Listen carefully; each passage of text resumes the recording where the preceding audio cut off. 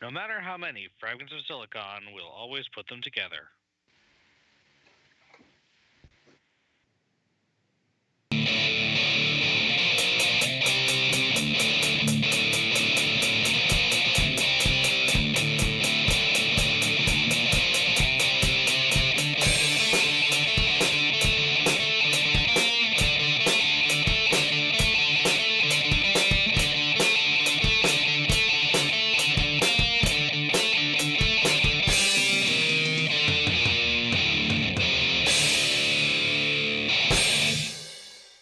All right, welcome to another installment of Fragments of Silicon.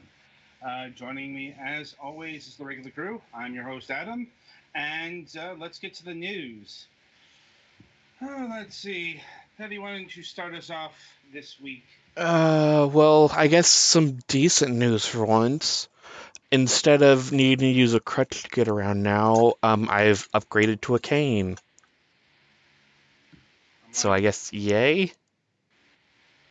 sure. I, And I, I don't think anyone here has had that experience, so it's kind of hard for it to resonate. yeah. Mm-hmm. I would say it's an upgrade. Yeah. And my PS4 controller I had to send in for repair should be here tomorrow. Huh. Hooray for That's warranty. Mm-hmm. yes. And as far as other stuff goes, I think I beat most of the Destiny main story stuff, Mm, except for the expansion. But right now I don't have $40 to throw at something, so that's gonna wait. I mean, okay. And I think that's it for me. So I guess All next right. victim. Daleks.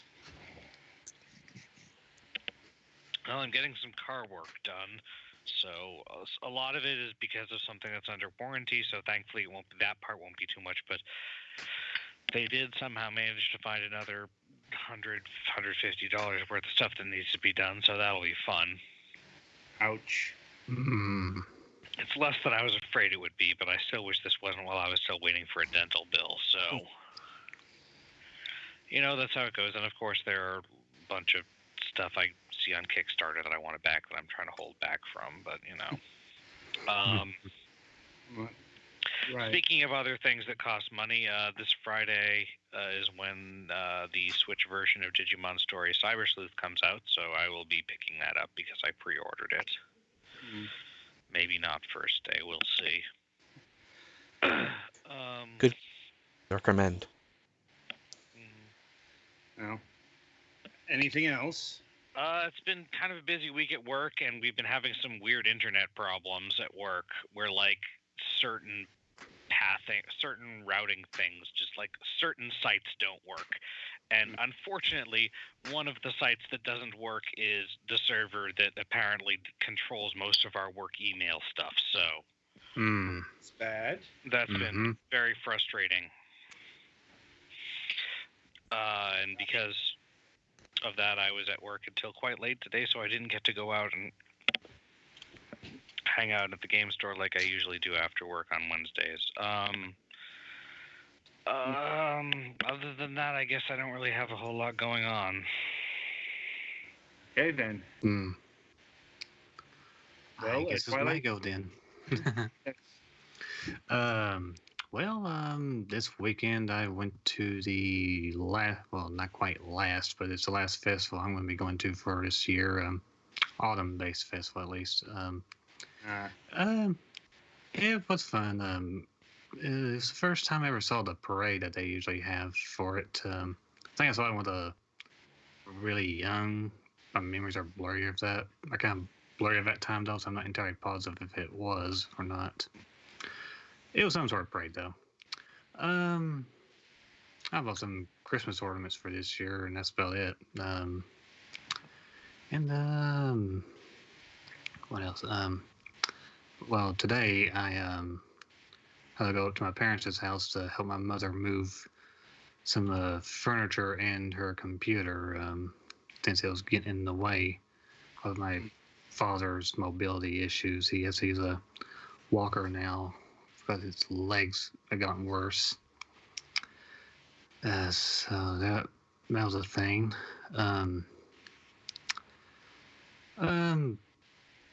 In terms of work, the store I work at, they finally began their expansion. In expansion meaning they tore down 2 buildings that the store was connected to that it was sharing for a while, and now they're going to rebuild those to expand the cafeteria area and put in a Starbucks. And which is going to be interesting. I never drunk at Starbucks before. Probably won't drink at this one. I'm not sure. It's just overpriced coffee. That's what I figured. Yeah. In terms of gaming, I played the demo for the game we're going to be talking about today, and that's about it. Okay. I guess it's my go. Well, let me see. We are rapidly approaching the end of season 11 of this show, and that means I can start finally playing games that I don't have to review for this program. Also means I need to find something to play on break for stream. Right, I have an idea or two about that. Concerning. I'm like, well, I mean, Borderlands 2 comes to mind. That is a thing. That's a problem. I mean, I think we all have Borderlands 2. I know I do. I have it and beaten it with some friends. Well, I mean, it was like available for like $3. Borderlands 3. So, now, if you didn't pick it up at the pennies for the dollar price, I don't know what to tell you. I think I still have the original version, so I might need to look into that. I think I may not have that, but whatever. Right. Anyway, just kind of dealing with the gearing up for season 12. Not anticipating any major changes between seasons, although we're still waiting for Mac to show up. That is a thing that is still apparently going to happen at some point, theoretically. It's one of those, he keeps saying it, but it keeps not happening. And I guess the latest on that front, Mac finally noticed the broken website that we have that's been frozen because of a PHP update, and I'm way too afraid to handle something like that and just have that thing vanish for all time. Now, he says he's going to update it. I've literally lost count the amount of times that he has said this. Yeah, I was about to say, if we had $1 every time we said this, we'd be very rich gentlemen. Yes, we would.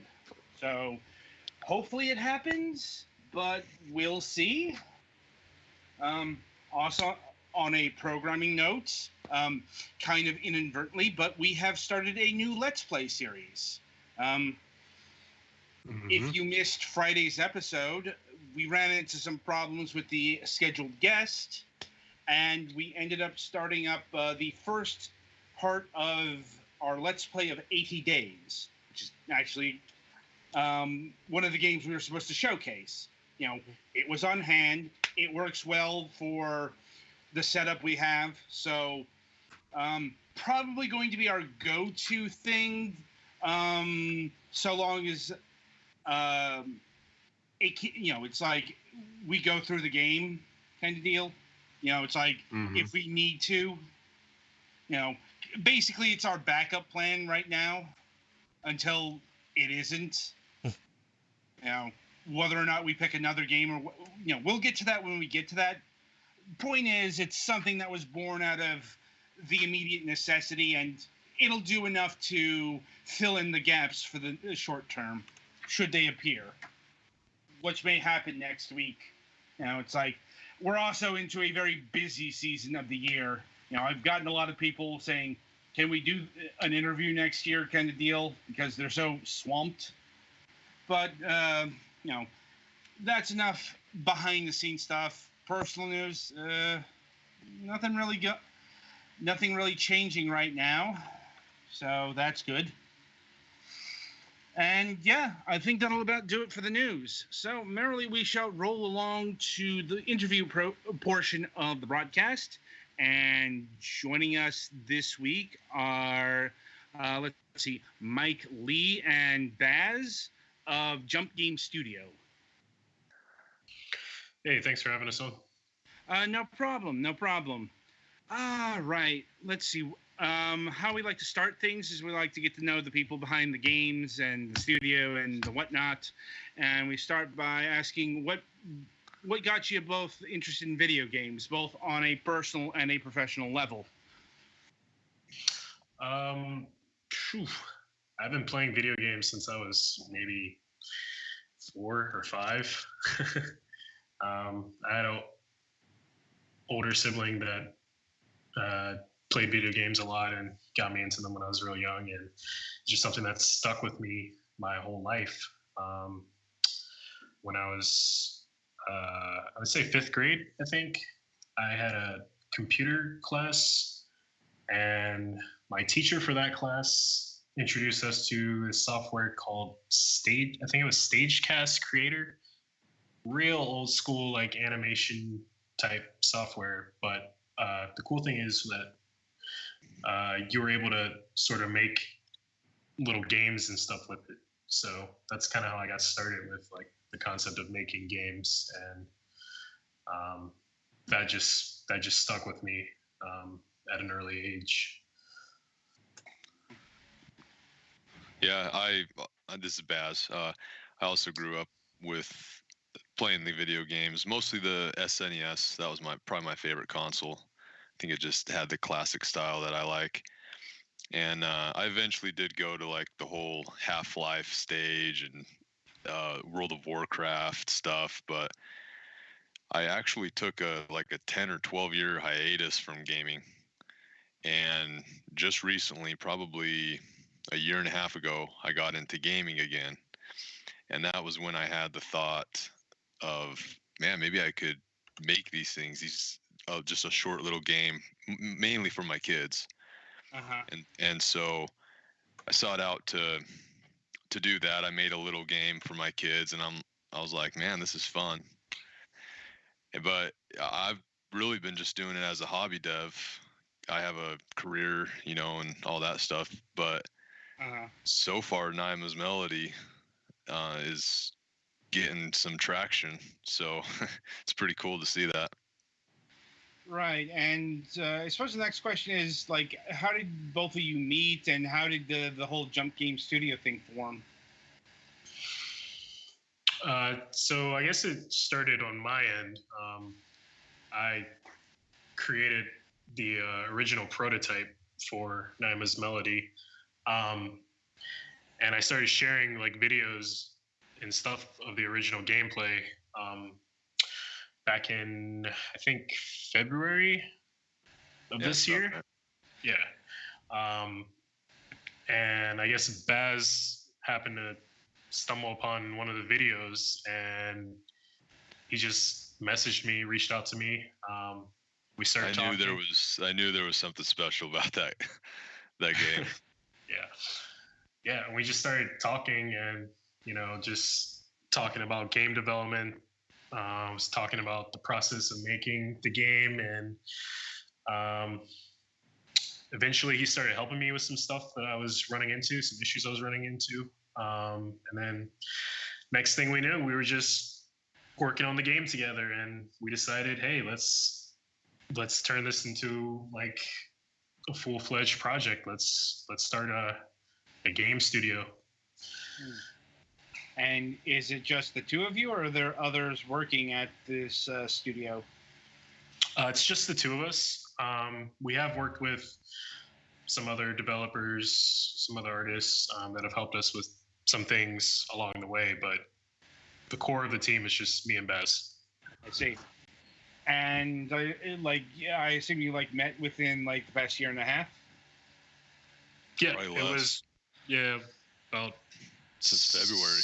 Yeah, February. So is Let's go. Is that how long Naima's Melody has been in development? Yeah.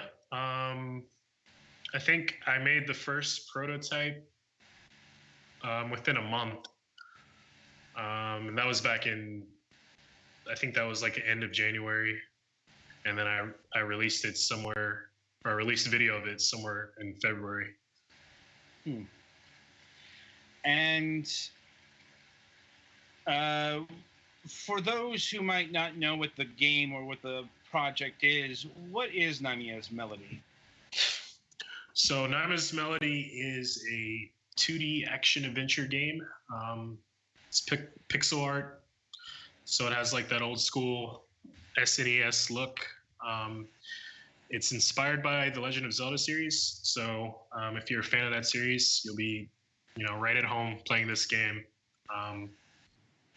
Yeah, got the trailer there on screen. The game is intended to basically throw you in this world where you go around exploring, riding on a horse, solving puzzles, collecting items, going through dungeons, that sort of thing. Right, so doing the things that you would do in a, say, Zelda game. Right. And was there a particular reason why you took, Zelda and such as your main inspiration for Namiya's Melody here? Yeah, so I always had really strong feelings and memories about playing Zelda. I guess because I played it, like the Ocarina of Time specifically, I played at such an early age that it's just a game that always stuck with me my whole life. And so I guess when I set out to make this game, originally it started as, well, let me see if I can even make a game that's this style. And then it became, like I had all this nostalgia and I was just trying to figure out how can I sort of like recreate some of those feelings that I had as a kid playing Ocarina of Time into a new game and also in a 2D format as well. Not the first time we've ever heard that kind of story on the program. Like, oh yeah, I'm sure. Like, retro revivals are popular, let's say. Yes. And Ocarina of Time is an interesting one to use inspiration from because that is a 3D Zelda, the first 3D Zelda. And basically, my question here is the horseplay. Like I see that the horse is not just like a cutscene ride kind of element, but an actual like game mechanic. And yes. Has that been a difficult process? Transitioning that kind of 3D gameplay into this 2D world. Yeah, so the horse was probably one of the first like major game features that I knew I wanted to have in the game. Once I got like the core gameplay down, and also it was something that I wanted to do simply because I couldn't really think of. I don't believe any of the 2D Zelda games had like horseback riding at this level. So it's something I wanted to see how would that change the dynamic of the game. If this was to be the case. Four Swords Adventures has a little bit of horse. Yeah, that's right. It has a little bit, but it's not something that you do like, or that you can do like for the majority of the game. And so basically when including the horseback riding gameplay into the world, it basically changes how you have to think of and design the world. We basically have to like design the overworld maps to have a little bit more space so that it doesn't feel as cramped when you're riding around. And also just the sprites for the horse are rather large, so it just comes with like its own, I guess, set of design challenges, constraints, I guess. Yeah, being able to transfer the player image to the horse image That took a little bit of thinking. In our game, you saw in the trailer that the player can swim. So obviously the horse, you can't go in it. So when the player now becomes the horse riding player, setting up all those boundaries, like Suda was saying, or Lee, it just takes a little bit of thought for the level design than just your average 2D game. Right. And let me see here. What sorts of items is going to be in this game? What kind of Zelda-y affectations? Bow, bombs, Pegasus boots, and so on and so forth. So some of the items we have, that are featured in the demo, we have what we call the magic feather right now. Kind of preface this, there is a merchant that you find throughout the game. He appears in the demo. His name's Ponsworth, and he's a little toad merchant humanoid thing, and he has items for you as you're progressing through the game, and you can buy them. One of them in the demo is a magic feather, and it makes you dash. I don't know if it showed in the trailer, but you'll have a trail of all these different colors as you're running faster than normal. You have your typical ones you'd find in a Zelda like a bow, and your bombs, but we're also adding in some new ones. We wanted to add some magic to the game as well, not in the form of items, just as pure magic. So you also have like fire spells and water spells, and while fire's more aggressive, water would be more defensive, and which you can see that in the trailer. The water kind of stuns the enemy for a little bit, lets you go in and take the kill, where the fire would, when it hits the enemy, it spreads. And so, you could mow a whole block of bushes with one fire spell because it just spreads. But then you also don't want to go into it because you will get hurt. So just those kind of items that we have. And there's quite a few that we do mention on the Kickstarter page that we want to add as well. So. Right.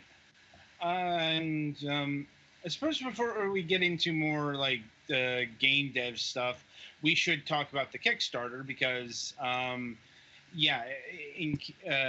this game is right now at time of recording currently on Kickstarter. It just started its campaign a couple of days ago. If I'm about a week.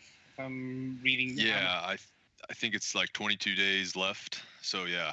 Yeah. At the recording time, it's got about 22 days left. And I suppose the first question is, what made you bring this project to Kickstarter? So we reached a point in the development because, first off, me and Pseudo have invested quite a bit into this game, getting some compatibility coding, getting some images, commissioned. And it came to the point where, what kind of game did we want to develop? Did we want to develop that grand adventure with all the bells and whistles, or do we want to just do a standard indie game, what we can in the moment, kind of a thing? And it came down to, we did want to go for the grand adventure. That's what we wanted to aim for. We wanted to have access to every little detail that we would need. So we set out to do this Kickstarter, and so yeah, that's kind of where we're at today. We met a crossroads, and we wanted to see what our option was before we continue developing. I see. And what is the goal that you are shooting for financially? So on the Kickstarter, we're asking for 27,500, and that is for just the standard goal. The Switch goal is, I'd have to look to see the exact amount, but it's a little bit more. And So, and that was after budgeting out everything that we would need, an original soundtrack, some more compatibility coatings we would want to have in a game like this, and all the artwork, because the artwork is, number one thing that you kind of can gauge it, but you kind of can't. You never know when you're going to want something else to happen. And me and Pseudo can do small edits, but the big animations we have to commission. So, and then the fan artwork, you need all that concept art. And so yeah, it's funny because talking with people, some people have said, well, you might have been asking too much. And it's funny because a lot of what we were hearing from Kickstarter, people that help you out in Kickstarter, and publishers that we were talking with, was that we were asking way too little. And yeah. I mean, looking at the goal range here, that is on the smaller end.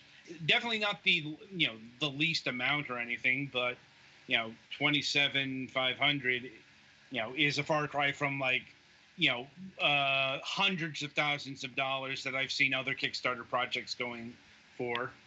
Right. I think the people who think it might be on the low side might be looking at like the visual style and thinking of it as a smaller indie game, whereas I think your actual plan is for it to be rather of a bigger indie game. True.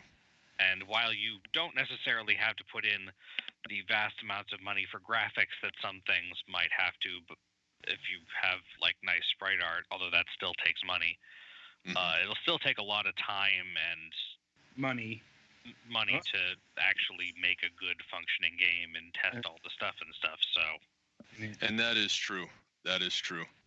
Yeah. So we wanted to be honest. We wanted to say, because that was another thing too, is that we were getting feedback that some people that run a Kickstarter campaign, they ask too little just because they know they can get that money, but then when it comes to another, then all it does is delay another crossroads where they don't know how to get the funds to continue, or something similar could come up. So we wanted to be honest. We wanted to say this is what it's going to take to get a complete game from us, from start to finish. We can do it with this allotted money, and then if it fails, then at least we weren't going to have that discussion down the road if we asked for less and got it, of where are we going to get that money. Yeah, you want to be asking for enough to actually make the game and not just enough to get started, because unless you have particular plans of getting like bought out by some game developer or something, which has happened on a few game Kickstarters, but usually not when it was planned. True. Hey guys, I'm sorry about that. Okay. Anyway, on that note, what sorts of stretch goals do you have? And another concern when it comes to Kickstarter is feature creep. Like more than one Kickstarter has been sunk or delayed or whatever because a lot of overpromising, especially when it comes to the overfinancing, and just a whole lot of bloat happens.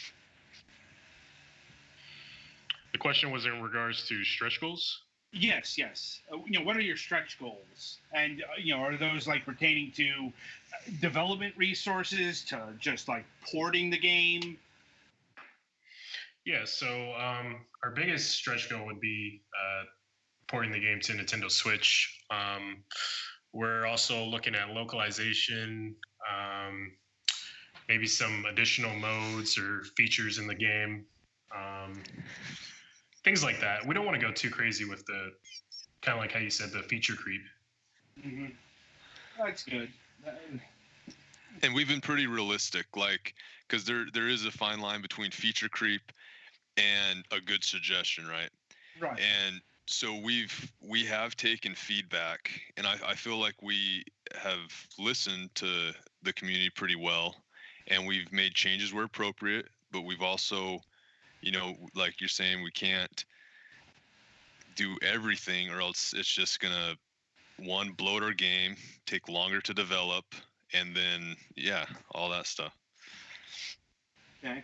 And indeed, like, what is your time projection here? Like, at this budgetary level, how long do you think it's going to take for you to complete the game here? Well, on Kickstarter, we say that our timeline is December 2020, but to be honest, that's more so just kind of like we don't want to undershoot. Right. So, I mean, we definitely feel pretty confident that we can finish the game sooner, but most likely December 2020 by the latest. You know what they say though? It's not a real video game unless it gets delayed. That's true. Yeah. Yeah. I'm kidding, but it's a lot. It's like, I cannot think of a Kickstarter game that didn't get delayed at least once. Right. No, yeah, that's definitely true. Yeah. I'm sure it exists, but that's kind of the thing. You probably didn't hear about it because it didn't happen. Nobody celebrates the on time. It's just, yay, it showed up when it's supposed to. Right. Or yay, they actually released it. Yes. That too. Anyway, so what sort of backer tiers do you have, and what sort of rewards are you offering? So at the basic level, I believe it's just credits in the game, and then from there you have a digital copy of the game. We also have a art book as a reward. We have access to an alpha test of the game. We also have a soundtrack reward, a t-shirt, and for some of the higher tiers, we have like you can help design an item or design a monster or a mini boss, things like that. What are you gonna put on the t-shirt? Probably some artwork similar to like what we're using as the cover art. Like, fair enough. A lot of things that have t-shirt things. It's something iconic that's to the game. Like if it was a Zelda game, it might have like Triforce or something. So I was wondering if you had any iconic symbols. I mean, just your hero guide looks pretty cool, but I was just curious if you had anything else. Yeah, I was thinking it'd probably be like some sort of like, I don't know, fight scene or something, but done in that like anime Studio Ghibli art style that we're using. You could always include horse. That's pretty unique. Yeah, for sure. True. Actually, your title font is nice too. Thank you.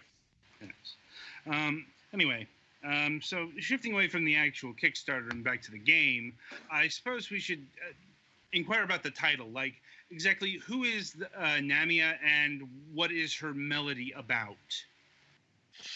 Sure.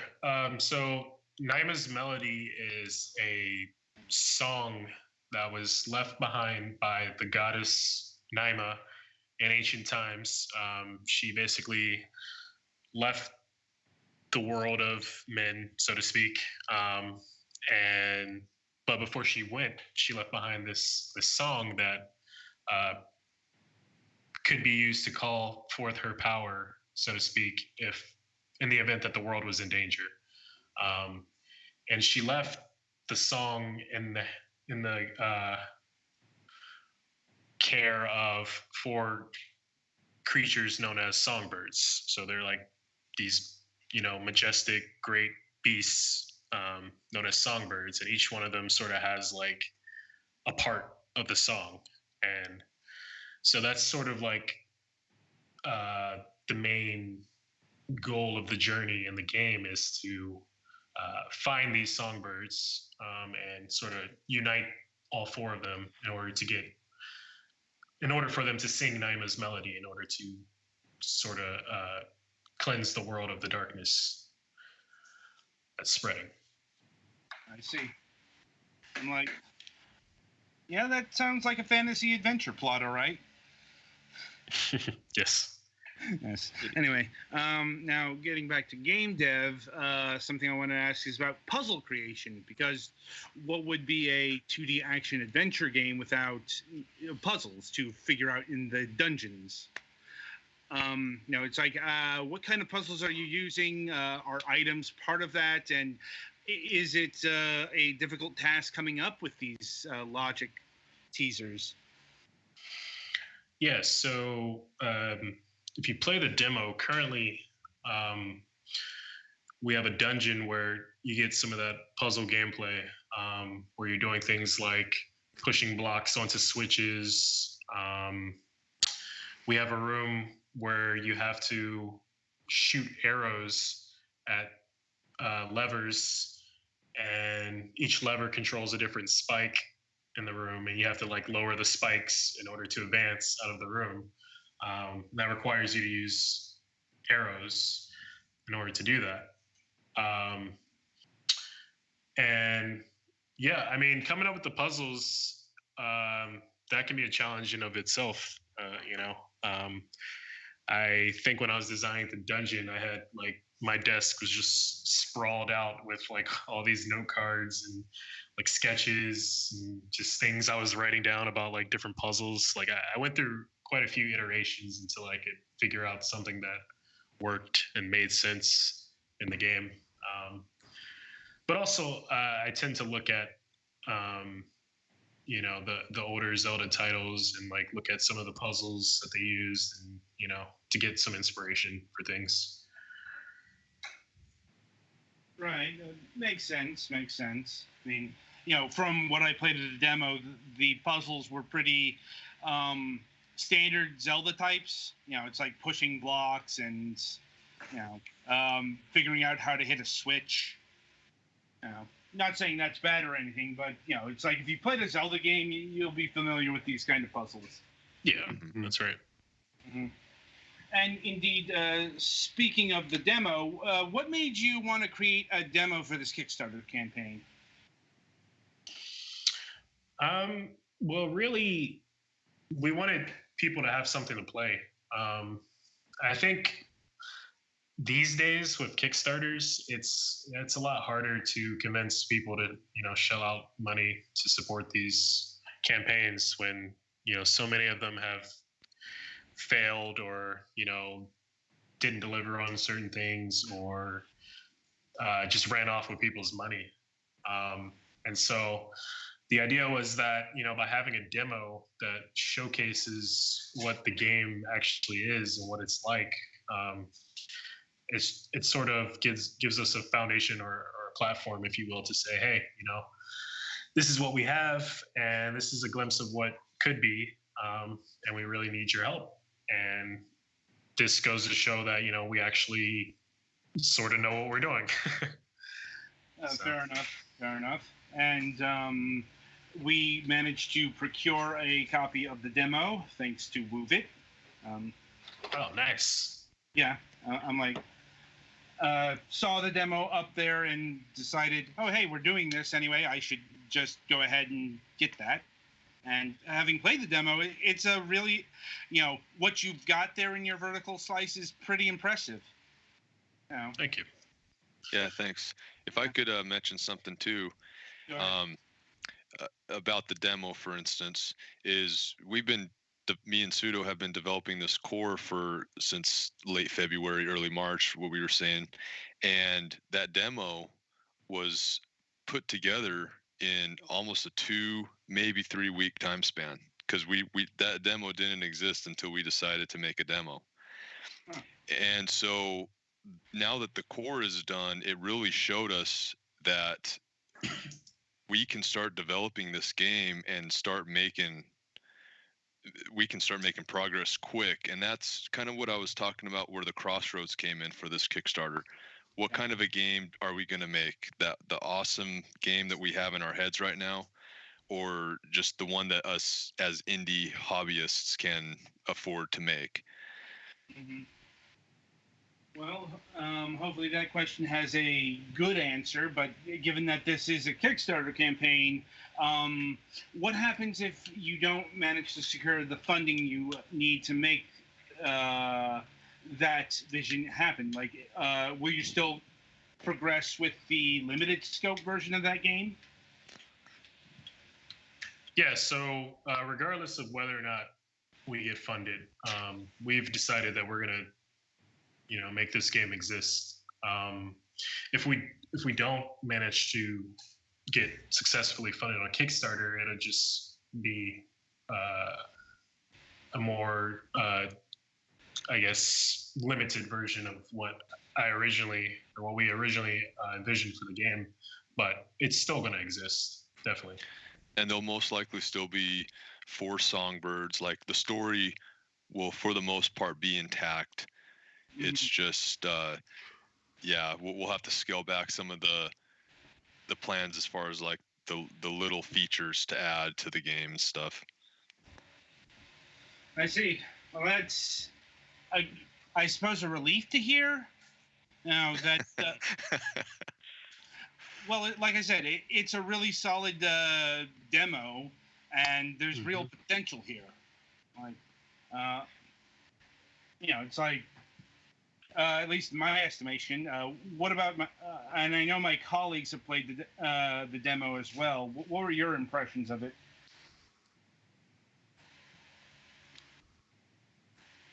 Guys? I thought it was kind of interesting. Sorry, my mic was muted. I actually haven't had time to play it yet, but it does look really good, and I'm going to try later. And I actually already backed the Kickstarter. So. Oh, thank you. Thank you. We appreciate not it. for a huge amount, but I'll see what I can do because it's okay. This looks like it would benefit a lot from having its scope increased. Because if you've got a horse, you might as well have stuff to run through. Yeah. Right. I was impressed, so I liked it. Oh, there you go. Yeah, and indeed. Anyway, we are running low on time, so just a couple more questions here. In terms of platforms, what are you aiming for? PC and Mac are our biggest priorities. But again, the Nintendo Switch is a stretch goal. And any other console release as well would be something that would be dependent on Kickstarter funding, or if we later on down the road secure a publishing partner. There are publishers and developers who specialize in that kind of thing. So we are working on the Linux build too. That'll be available. Yeah. For all 2 of the Linux players. Yeah. Still, it's good to hear that Linux is being supported. And I'm assuming on the PC you're aiming for the Steam store? That's correct, yeah. So we'll be on Steam, Itch, all the major ones. Game Jolt, yeah. And I suppose that leads me to my last question. Should you, Kickstarter aside, have you thought about doing early access period? That's something that we actually haven't considered yet. But, yeah, actually, that's a good idea. Yeah, okay. Might be something we look into. All right, then. Right, and now I'll see if my colleagues have any last questions for y'all.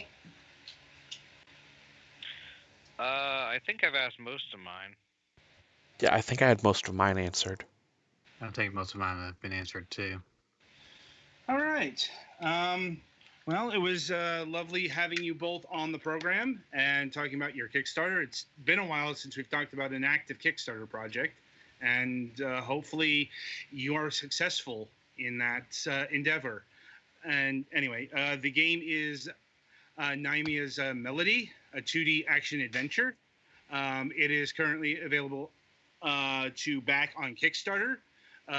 Just search for Naimia's Melody on the Kickstarter page, or if somebody can put a link in the chat window, the Twitch one,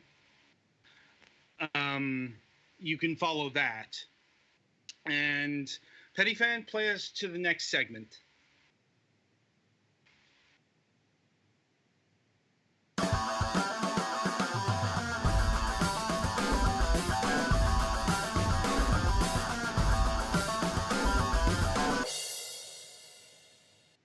All right, welcome to the topic of discussion. And at long last, we are finally talking about the Apple Arcade. We meant to do this a couple weeks ago, but stuff and things and guests going long got in the way. But, here we are now, and so not just talking about Apple Arcade, but we're talking about, where the mobile market is in general. Because, well, the Apple Arcade and the Google Play Store, I think it's called. Google Play Pass. Google Play Pass, yes. They are reactions to what the modern mobile gaming scene is. Especially Apple Arcade. The Google Play Pass is a bit different, but we'll get into that a little bit later. But anyway, the game we want to epitomize as a pretty good representation of how shit mobile gaming is now is Mario Kart on Tour, or Mario Kart Tour. It's the mobile gacha version of Mario Kart. And it has all of the bullshit that you would expect in a mobile title, but you wouldn't expect out of a Mario Kart title. I mean, yeah, this is Nintendo. Usually, so far has not usually gone full gacha on their things, but this one pretty much is. Okay, I meant before this one. No, it's like they tried to not do that with Super Mario Run. That didn't take. And then Fire Emblem Heroes happened. And Fire Emblem Heroes actually made Nintendo a decent amount of coin. A decent amount, but one of the things that's being argued right now is Nintendo is going too light on the gacha mechanics. That's a depressing scenario given Mario Kart Tour here. And anyway, if you haven't played Mario Kart Tour, like I said, it's the mobile version of it, and it's got all the microtransactions. It's got a fucking season pass. They have a subscription for $10 a month. Yeah, it's like on top of all the other monetization, and as I understand it, this is pretty common these days. I'll be honest, I haven't played Mario Kart Tour because of all the monetization, and also the game itself is apparently pretty bad. That's kind of a lot of mobile kart games, because it's hard to do some parts of some things that make a kart well, game. It's not just simplifying the gameplay. It's the game basically plays itself, from what I understand. Gas is automatic, I believe. Yeah. Yes. So it's got that. Basically Mario Kart Mario Kart Tour got a sound drubbing, and honestly I haven't heard from it since then, though that doesn't preclude it from making money or anything. Like, granted, on the flip side, what was it, Dr. Mario's whatever the mobile version of that was, that sank like a stone. So I totally forgot it existed, honestly. So did I. Right. Not a surprise. That game kind of came and went like greased lightning or something. It's like, it's Nintendo's worst performing mobile game to date. I guess they can't all be hits. But, anyway, so, gacha free-to-play bullshit where it's like, where you can spend, tons and tons of money. It just came out that, somebody spent like $158,000 on a fucking Transformers gacha game. Yeah, it's like, because look, they just really liked to insert Transformers character that's super rare in that game or something. I'm like, we might have to check to see if Ogre has taken out any huge loans. Like, hey, he ain't here. Like, anyway, so yeah, that's the state of play in the mobile economy, so to speak. It's all free to, at least the popular, all the popular stuff is free to play, monetized out the ass, Skinner boxy to hell. You name a predatory practice, it's probably being done in at least hundreds of mobile games, if not thousands. Yeah. And that's where the Apple Arcade is coming into play, because Apple, for whatever reason, I'm not exactly sure, has a vested interest in having the so-called premium game experiences on their flourish on their store as well. But the problem is that bus has kind of left the station, because and we've had mobile developers talk about this phenomenon. It's like offering up a game that costs $15 on mobile is a hard sell. Harder on Android to boot, because Android, being the open platform, has the piracy problems. Much more so than iOS, at any rate.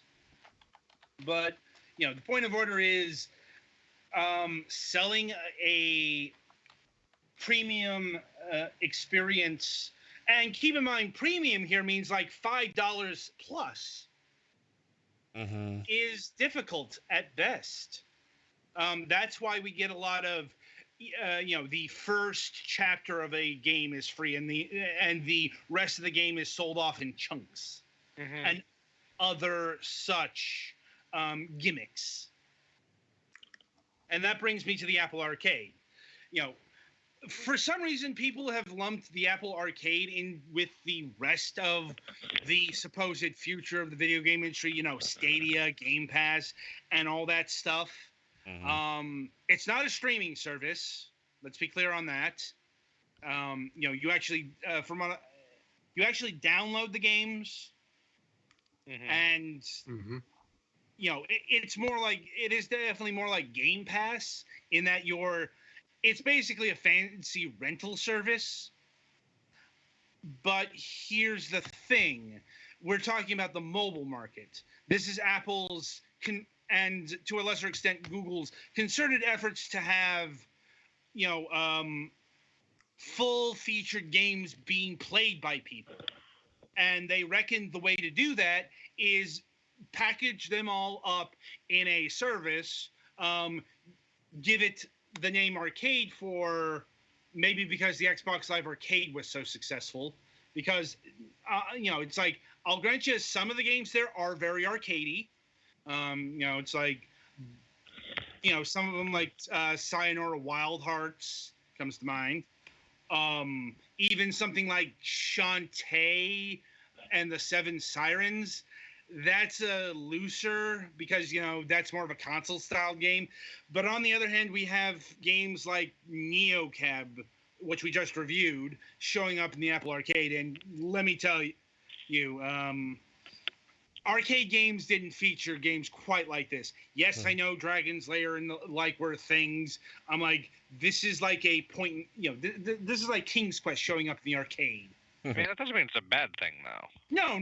I'm just saying the arcade moniker isn't as accurate a descriptor as some people might think. That's not a bad thing, because it allows for, all sorts of games that might get ignored not be ignored. And I'm trying to remember, like, I'm trying to think if they're up to 100 games yet. I mean, the service has been out for a few weeks. I think I launched with like 50 or 60 games. It's like, point is, you pay a flat rate per month, in this case, $5. You get access to a lot of high quality, full featured software. Especially for the mobile market, that is a good value proposition.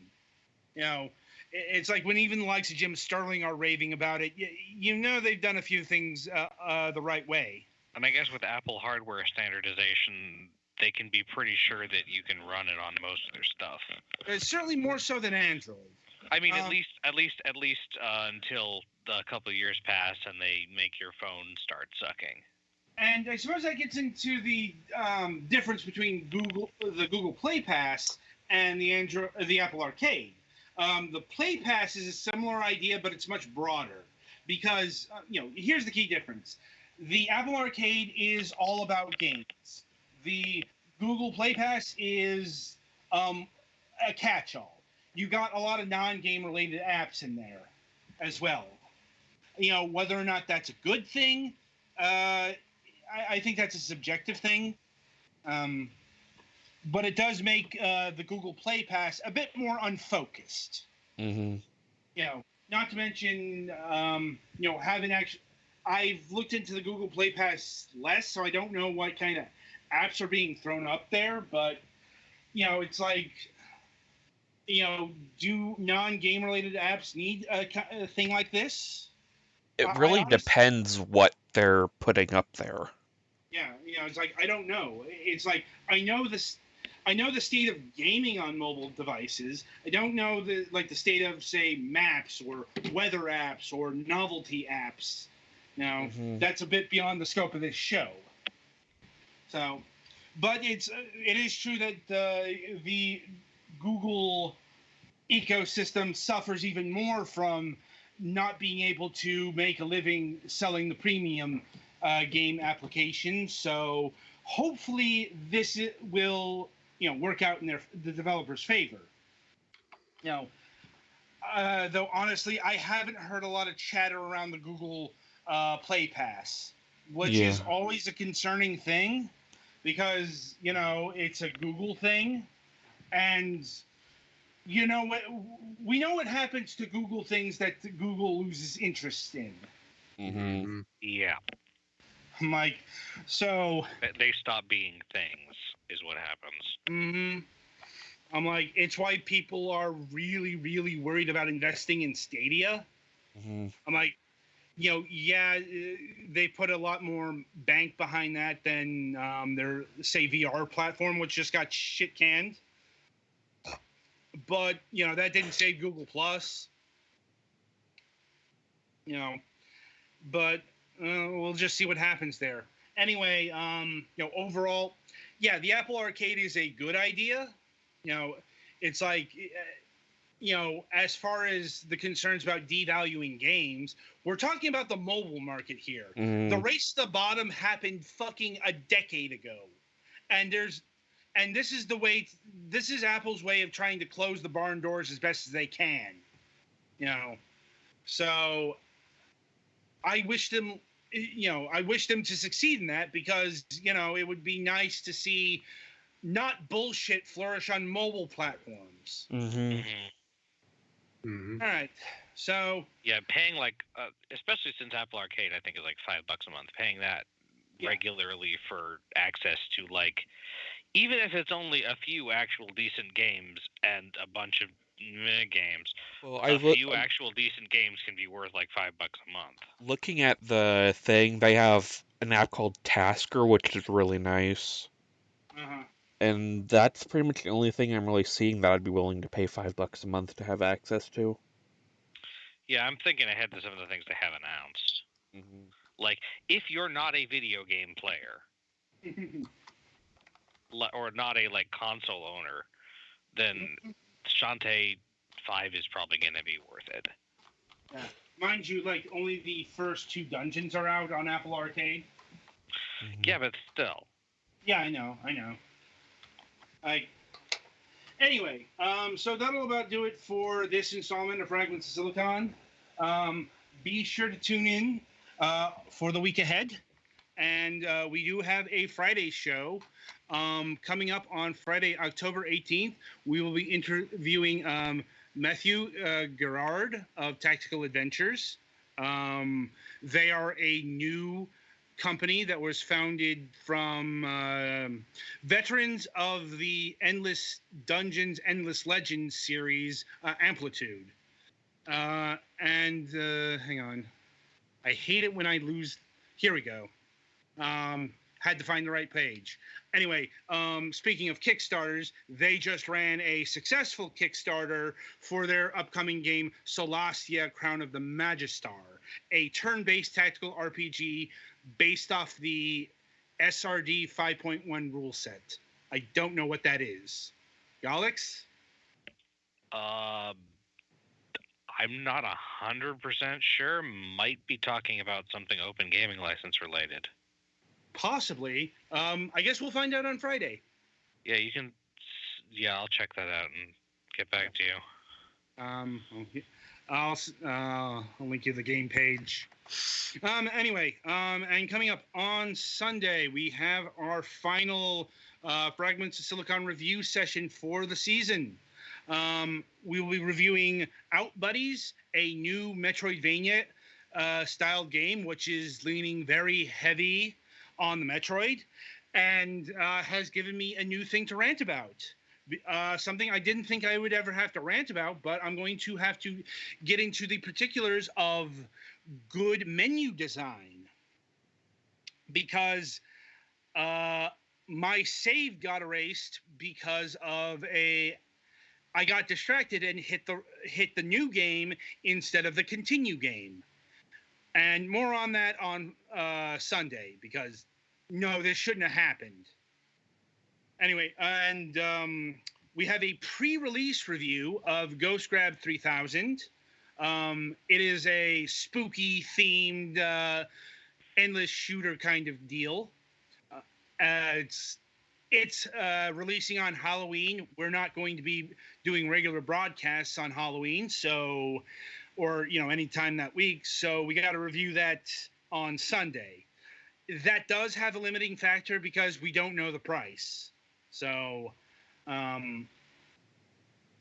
we might mention that we might do a bit of an update to that kind of information season 12, if we remember. And yeah, that's coming up on our broadcast schedule. And until Friday, I shall wish you good gaming.